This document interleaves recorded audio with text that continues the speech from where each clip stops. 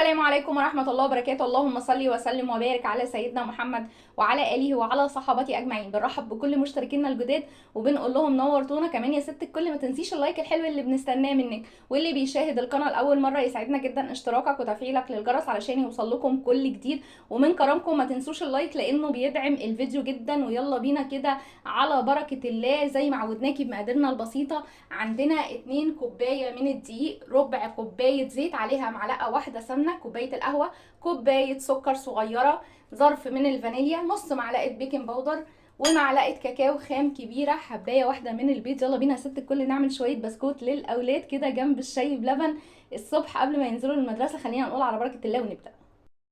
على البركة ننزل كده بشوية الزيت. ادي حجم الكوباية، كوباية القهوة الصغيرة. انا بحط الاتنين، ممكن تحطي زيت خالص ويعني تحطي زيت صافي، وممكن تحطي الاتنين بيطعمها. نزلنا بالسمنه والزيت، حطينا حبايه من البيض، كوبايه السكر صغيره قد ايه هي برضو كوبايه القهوه.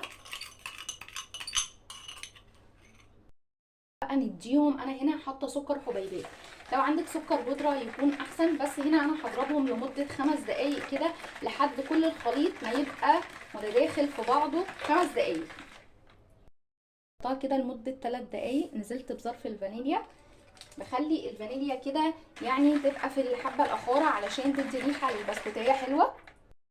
أول كوباية دي بسم الله، ننزل بأول كوباية كده ونقلبها. يلا والتانية. احنا هنا عارفين طبعا المعيار مظبوط، مفيش حاجة هتبقى ولا زايدة ولا ناقصة. لو احتاج بس لما نعمل الشوكولاتة ممكن نحتاج معلقتين صغيرين من اللبن. بقى خلاص سبت المعلقه. قبل ما ابدا الم في العجينه نزلت بنص معلقه البيكنج باودر. بصوا حاجه بسيطه خالص كده حلوه، وبدل طبعا شراء اي حاجه جاهزه من بره، يعني متهيألي كل الحاجات موجوده ان شاء الله عندنا في البيت. بلم بصوابع ايدي كده، انا مش بعجن، انا بس بلم العجينه علشان تتلم معايا. بصي ما شاء الله كده المعيار مظبوط، هي بس عايزاني كده اعمل فيها حوالي دقيقتين مش اكتر من كده. دقيقتين وبتلم. تعالي بقى نختبر كده العجينه بتاعتنا ناجحه ولا لا. شايفه العجينه عامله ازاي؟ لما هكورها كده على ايدي عايزه اعمل فيها اي نقشه، لو النقشه نزلت كده على طول يعني ما كانتش مشققه، بصي يعني كده العجينه ما فيهاش اي تشققات، يبقى البسكوتيه كده مظبوطه. خلاص هنقسم بقى الحته دي كده، العجينه دي كده هنقسمها على 2. اخدنا الجزء منها كده، ننزل بقى بمعلقه الكاكاو اسفه الكبيره. خلاص ونلفها فيها. حسيتي العجينه ناشفه معاكي اديها معلقه واحده من اللبن، لكن انا الاول كده يعني هلف فيها كده قيمه نص دقيقه واشوف احتاجت او ما احتاجتش. العجينه محتاجه معلقتين من اللبن، زي ما انت شايفه دول معلقتين كده من معالق الطعام. ممكن كمان ما انزلش بيهم كلهم الا لما الفها الاول كده واشربهم واشوف هي عايزاه الباقي ولا لا.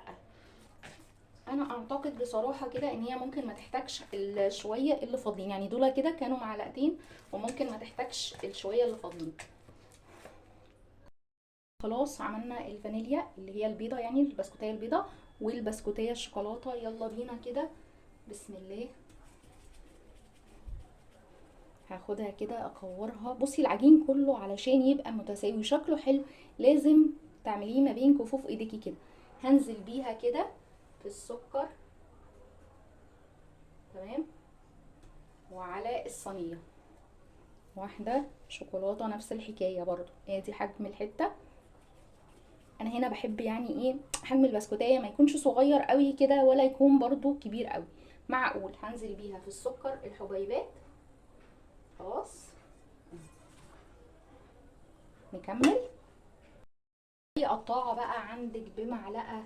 بصوا انا هنا عملت بالقطاعات اللي هي بتبقى الاشكال بتاعت حاجات العيد دي كده، وافرد البسكوتية شوية وانا كده يعني ايه بزينها بالقطاعة. تمام.